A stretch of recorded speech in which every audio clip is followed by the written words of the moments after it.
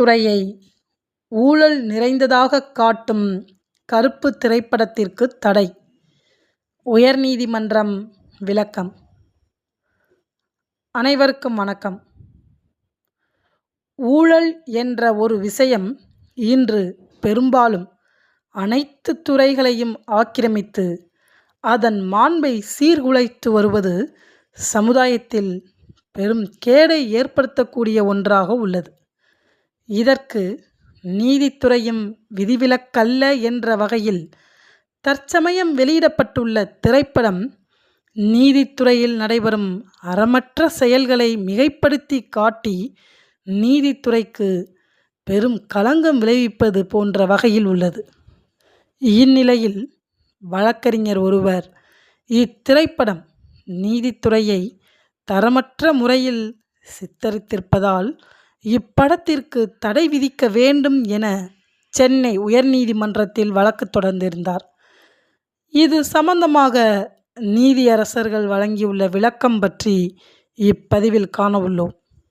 இதுவரை நமது that's all your honour சேனலை சப்ஸ்கிரைப் செய்யாதவர்கள் சப்ஸ்கிரைப் செய்து பெல் பட்டனை அழுத்துவதுடன் லைக் கொடுத்து உங்கள் நண்பர்கள், உறவினர்கள் என அனைவருக்கும் ஷேர் செய்து நமது இந்த சமுதாய மேம்பாட்டு முயற்சிக்கு ஒரு அரணாக இருந்து ஆதரவு அளிக்கும்படி அன்புடன் வேண்டுகிறேன்.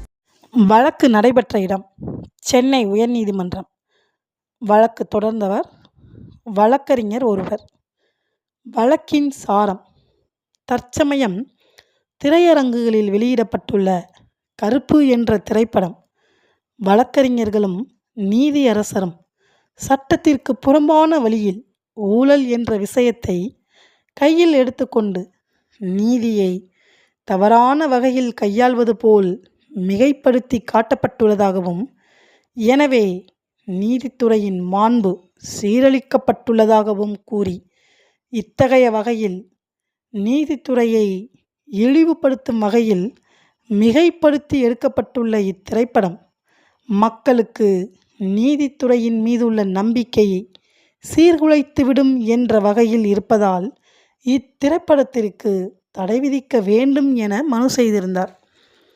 இம்மனுவை விசாரித்தறிந்த மாண்புமிகு நீதியரசர்கள் நீதித்துறையும் ஊழல் என்ற ஒரு விஷயத்திற்கு அப்பாற்பட்டதல்ல என்றும், இத்துறையிலும் கண்ணியமற்ற ஒரு சில வழக்கறிஞர்களும் நீதியரசர்களும் இருக்கத்தான் செய்கிறார்கள் என்றும், அதனை களைய உயர்நீதிமன்றம் தொடர்ந்து முயற்சி எடுத்து வருவதாகவும் தெரிவித்து, இத்திரைப்படத்தில் சினிமா பாணியில் இவ்விஷயம் பெரிதாக்கி காட்டப்பட்டுள்ளதே அன்றி இல்லாத ஒரு விஷயம் குறிப்பிடப்படவில்லை என்றும் தெரிவித்தனர்.